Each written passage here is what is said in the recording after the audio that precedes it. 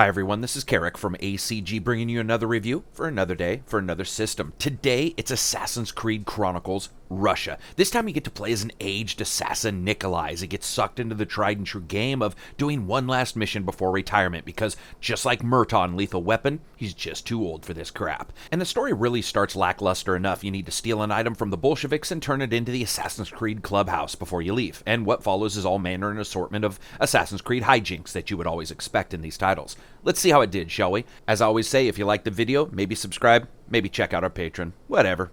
So here's the review for Assassin's Creed Chronicles Russia, the world's coolest choo-choo train, the mystical loving force known as murder, and enemies' eyes that shoot lasers out of them so you can see where they're looking. Graphics are up first. Really, Russia's just an odd beast graphically. Basically, where AC India was overflowing with color and atmosphere, Russia's overflowing with, like, propaganda art stylings of old Cold War posters.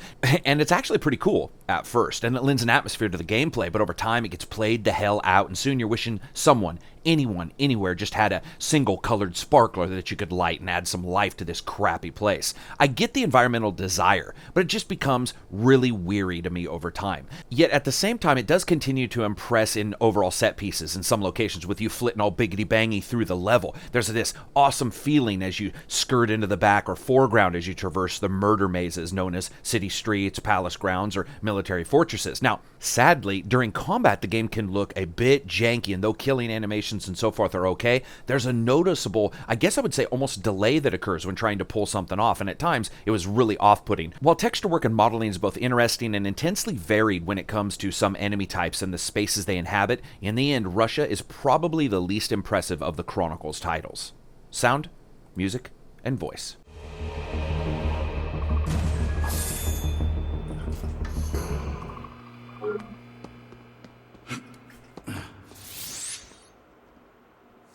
Kill them! Wait, one of them is missing. Things can get... We are watching for you!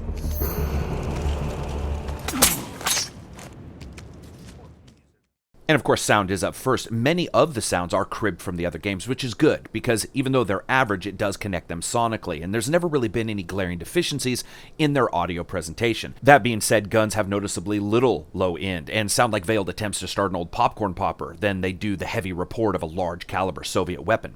Spatial effects like echo and reverb are handled within the title, but not to the level that I expect in some of the locations. Now, this can result in many places not sonically feeling very interesting, though riding on the train was a highlight to me, especially as oncoming lights that could slam into you as they passed by could be heard ringing warning bells far before they arrived, and there was a little bit more of a feeling of movement within the sound than in the past titles. Still, though, I would say just okay. Music. You know, this is pretty good. It's just not going to surprise many of you, as the first tracks you hear are the combined voices of what sounds like all of the Russian nation's men singing a dirge about the rising price of vodka. It really is emotionally charged stuff and interesting, but it's also not very surprising, and once more we have a title where the music just seems a little bit blah and expected. It spends most of its time in the background, and though occasionally while sneaking through the confines of a glass window into a greenhouse hearing traditional Russian music melodies playing was really enjoyable, I would still say that the music here is good, but not great. Voice. So here there really are only a few main characters that are fairly voiced, with Nikolai sounding suitably scary and old and tired all at the same time, depending on his situation. The other character that you play is less refined and has a bit more of a sing-song delivery that after a while sort of got on my nerves. Enemies and NPCs have a shockingly small number of random chatter that they say, and though recorded adequately, hearing it over and over and over and over and over, and hey, they changed it. Oh, nope, wait, it's the same thing. Again, can be mind-numbing. All that being said, this is not really a title that has a ton of voice, but what they did, pretty good. Gameplay. Listen, nothing has changed here. This is an AC game without staring at the title character's butt the entire time, running and leaping and fighting and stabbing and choking the shit out of an entire nation's worth of bad guys as you go do your thing. And that, of course, is when the problems creep up. Right away, Russia feels to be the most loose and imprecise of all of the Chronicles games. Where China felt somewhat like I could flow from one encounter to the next, and India felt a bit less so, but still sort of holistically allowing for that kind of atmosphere. Here in Russia, it's friggin' chunky, with almost start and stop gameplay, replacing the more fluid impasses of the prior titles. Additionally, there is a very real delay in movement inputs that makes Nikolai feel like your old grandpa resting his eyes on the couch after a Thanksgiving turkey every time you try to get him to move. It can feel like you almost want to prod him to get him up and moving around, and the other character you play has their own issues that at least get sort of sorted out as you level that character up, because you find out that murder is just downright awesome. Here's the thing. Russia is patently and almost stunningly mundane in its mechanics and their delivery, whether you're fighting absolutely colossal bad collision detection or watching your character buffer up moves and leap into the fray with you unprepared. It's frustrating. But even more, what's unacceptable is that during some executions, which the game picks which one you do, some take a beat longer than others, leaving your ass hanging in the wind when your well-timed and planned series of killings and sneakings results in you getting caught throat-throttling a bad guy in an ornate murder animation versus just stabbing him in his sweetbreads like you should have. It's unbelievably infuriating.